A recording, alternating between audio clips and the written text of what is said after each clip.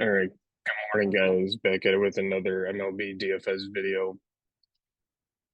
We were close despite the Oakland chalk going kind of nuts. We just stacked the Cubs and Blue Jays game. Some low ownership going to some guys. Hap was 6%. Sia Suzuki was 5. Danny Jansen was 1. And he had he had one opportunity with bases loaded to do something. If he would have hit a grand slam, things would have looked a lot different. Garrett Cole went 6, gave up 2 earned, 6 strikeouts. Looked like that they were going to win. And bottom of the ninth, they just lost. So we lost out on some win points. I thought that we would have slightly cashed or maybe tied with a Garrett Cole win, but Funk was telling me I was out of my mind. So it is what it is. Uh, New slate today. Cubs suck. Blue Jays suck. Whatever. Anything from you? I mean, we four-manned the highest scoring team on the slate, and we just missed all the pieces. Varsho had like 40, Witt had 30. We played Springer, Biggio, Jansen, middle of the lineup, all stunk. Just crazy, just missed all the pieces. If even got like Witt over Springer, we would have cashed. I just liked having 4, 5, 6 rather than the one and then middle of the lineup. So just based on construction, I didn't get there. Cubs just landed in the lineup because I didn't know where else to go. I didn't want to play Chalk Oakland. It projected to be a pretty high scoring game, so I just game stacked it and hope for the best.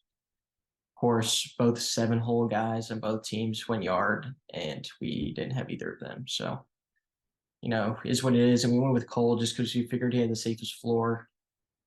He did okay. Let's see who else pitched. Peralta, he was pretty good. Sonny Gray, who was pretty unowned at 9,800, 49. Suarez still got there, even though giving up a couple runs in the beginning. Beebe was good again. He's had a great last 5 weeks. Kind of owned Keller got there, which was frustrating because the Reds just continue to suck. Uh, Houston, I think, was a huge letdown for everyone yesterday. We weren't really on them, but ownership was there again, and I was glad to see that fail for once. Yeah. And it was funny because I think it was right before we started recording. Funk was saying like Dalton Varsho has been so bad recently, and then he hits a home run. I mean, you can't make it up. The only good thing I guess about that was we had Biggio and Jansen on base, so that got us some points, but it, didn't do enough for us at cash. Um, let's just jump into this before I rip my hair out. So right now it's got Max Scherzer, Merrill Kelly, Tyler Glasnow, Yu Darvish, Max Fried, Patrick Sandoval, Miles Mikolas, Brady Singer. Bit of a condensed slate today, so this is literally everybody. What's standing out to you right now? Yeah, I was surprised to see Max not higher owned, but then I saw Mikolas was playing Oakland, and I kind of understood. Being comparably owned is a little weird to me. I'd rather play Max even at the discount and against Oakland. Uh, I mean, I don't know. I get it, especially if we're paying up for offense today in cores. People are going to have to play him to afford Carroll and Walker and Gurriel and so on. So, I mean, I get the Miklos ownership. I don't know if we'll get there. Just see where lineups go. But Max is one for me. Glasnow's a pretty close second, pretty pitcher friendly park. San Fran doesn't really scare me all that much. Uh, Kelly is projected to do, I mean, fairly well. He's actually priced appropriately for once, 9,300. Usually he's like 10-1 for no reason. Uh, he's not all that owned, projected about 10%, 1% leverage. Problem is he's pitching in cores. He can handle it. Colorado kind of sucks. I mean, kind of. I mean, they really suck besides like 3 guys. So I get it. I don't know if I'll get there. Darvish, tough matchup, but I think he can handle it. At 9,700, I think I'd rather just find the extra thousand to get the max. But if you absolutely need the 800 bucks between the two, I also get it. He's 10% owned. Freed just seems a little expensive at 10.6. I'd rather play max at 10.5. It's probably not for me. Sandoval, never play anyone against the Rangers at home. Singers looked pretty good over the last month in Seattle. Just came off like an 8 game win streak. They finally lost yesterday. So I don't really know where to go there. It's also bad, like home run park. I don't really like either of the offenses in that game. So I mean, maybe some Singer 91 seems kind of gross, but and then I looked at Schmidt just because his price is kind of fair, but then he's playing Atlanta, so no thanks. Yeah, there's some interesting options. Obviously Max Scherzer, good matchup against the Angels. I shouldn't say only, but he's getting 19%. Merrill Kelly is interesting, kind of like you said, he's priced appropriately, but he's at Coors. It is a little interesting to see him at 9%, but it can just turn into a home run derby. Glass now, you pay an extra $200 from Scherzer, um, playing against San Francisco, 13%. We never get Darvish right. He's like a better version of Kodai Senga, I guess. Baltimore is just like it's either they're on, like and they're really on, or they're just the Orioles that I'm used to knowing like 5 years ago. But 9,700 getting 10% saves you a little bit of money, but I mean, you know, you can pay a little more and get Scherzer or Freed, I guess, if you like Freed. Um, Freed, like you said, the price tag is a little nuts. I mean, playing the Yankees and only getting 2% is interesting, but you know, to get to some Arizona bets today, probably some and Atlanta bets, you're not going to want to play Freed. Nicholas, good matchup against Oakland, getting 22%. That's probably the best way to go to get to some Arizona Atlanta bets. He's terrible. But I mean, I don't know. I think if he gets you like 30, that's a win, I guess. But he's just been so bad. Brady Singer, 9-1. Funk pointed out to me that he's been pretty good his last, what, like 5, 6 starts roughly. The plus side, like Seattle, they're a pretty decent team. They can swing the bat, but it's the opposite of like what we always talk about with like matchups against Washington and Cleveland, like that they don't strike out. Seattle strikes out a lot. So it could be interesting to see Singer at 4%, 9,100 getting to him. Hopefully he strikes out 5 or 6, goes deep like 6, 7 innings. I don't think they'll get the win, but they're probably looking at 6 innings pitched if his pitch count is okay. Hopefully a handful of strikeouts. That's pretty much it. To be honest, if I had to rank them, probably be Scherzer, Glasnow, Kelly, Nicholas.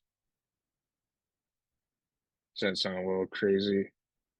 No, I have the same except instead of Kelly, I have Darvish. Was it Merrill Kelly that won us like a boatload of money one time? Or was it the other? Was it Gallon? I think it was Gallon that got us like 65 or something randomly. Mhm. I don't know. Arizona Diamondbacks pitchers had my heart. They're so good. All right, on to stacks. Oh, hold on. All right. So to no surprise, Arizona at Colorado. Then we got Seattle, Pittsburgh, St. Louis, Atlanta, San Diego, Yankees. Everything's literally right here. Besides Arizona, what's what looks interesting here? Yeah, I kind of like the top four except Seattle. Like I said, I just don't like offense in that park that much. I mean, it kind of went off this previous series with St. Louis and Kansas City, but I don't know. I feel like it's due for like a 3-1 game or something.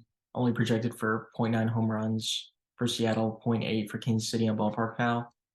Just not all that enticing. But the other three, I like Arizona. I like Pittsburgh's value stack. They're projected pretty well on Ballpark Pal for home runs as well with Andy Rodriguez, Brian Reynolds, and Brian Hayes, Jack Swinsky. So as a value stack, I like them as like filler. St. Louis, they're kind of in the middle of pricing, which is odd, like kind of weird to fit, but I think against Sears, a couple of them can go yard. Uh, Atlanta against anybody on planet Earth, sure. Especially if they're not owned, they're just gonna nuke. Uh, San Diego against Rodriguez, he's been decent the last couple weeks, but I feel like with the talent San Diego has, it's like a good tournament lineup usually. Like they have the chance to blow up just about anybody. Yankees against Freed, rather not. Oakland, some pretty solid leverage here against Chalk Mikolas, but that just seems disgusting. I mean, I guess Geloff is like the best player in the MLB as of yesterday, but no thanks. Baltimore, no thanks. The Mets aren't really getting all that much ownership versus Priester, which is interesting. It depends what lineup they throw out there. They've been throwing out some really bad lineups recently. So if like Nemo Lindor are back and in appropriate spots, and they got some guys around them that I can fit, the Mets are kind of interesting. No one really below them on the stack tool. I guess if you really want to go somewhere like the other side of Coors, Colorado's so bad, but McMahon and Nolan Jones are some home run bats. And if one of them can go a yard against Kelly, you just do like a two-man. That'll do the job for you to at least like get to the cash line. That's pretty much it, I think. Yeah, there's some interesting spots, but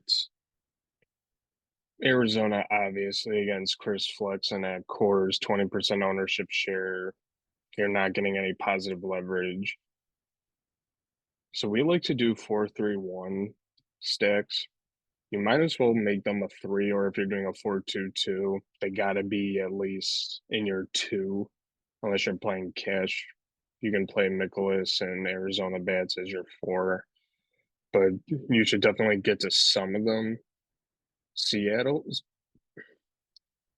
Seattle's they're not bad, but they just strike out a bunch. I don't know. What was I like lost my train of thought. Seattle, they're not bad. Brady Singer has been like the best pitcher in baseball recently, supposedly due to Fanduel points and crap.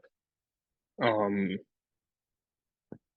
I can potentially see them making some noise, but I don't know. Um, Pittsburgh against Carrasco looks interesting. He's just a hit machine. He's not good anymore. St. Louis against JP Sears. St. Louis is going to get 12% ownership share. I like this spot facing Oakland, but then again, they've let us down many times before. Um, but you can get to Edman and O'Neill, who are some pretty cheap guys. Atlanta against Clark Schmidt, 5% ownership share. I think that might go up a little bit throughout the day, but when you got Scherzer and Glass now on the mound and Fried that are really high on or high priced, it's kind of hard to get to them. But if you're playing Mikolas, for instance, you can definitely get to some Atlanta, Arizona bats. San Diego against Grayson Rodriguez looks a little interesting. 4% ownership share. Um, Grayson Rodriguez hasn't been that bad recently, but like I've said with him and Quinn Priester in the past, are young pitchers are gonna give up runs, they're gonna be bad from time to time. They have long careers ahead of them, hopefully. I agree with you on the Mets, depending on the roster they put out, regardless, they're going to be pretty cheap. And Quinn Priester, kind of like I just said, young. He's got a big, long career ahead of him. He should be pretty good. Um, but the Mets are cheap to get to, like Nimmo, McNeil, Vietos. Some of those bats would be interesting. Mets are getting a 6% ownership share, but it also depends on who they put out there. That's about it, I guess. There's definitely some interesting spots to get to.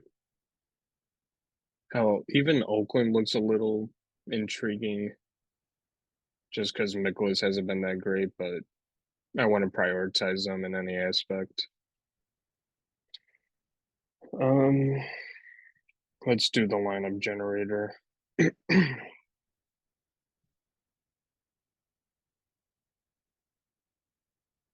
So, like I said, we like 4-3-1 balanced. No way. Just a little early today, huh? I guess so. It's 11 a.m. Probably would have had like 70% like Nicholas, and then have all the Arizona, Seattle, Pittsburgh, St. Louis, anyways. Mm-hmm. All right. Well, that was annoying. Home run calls, go for it.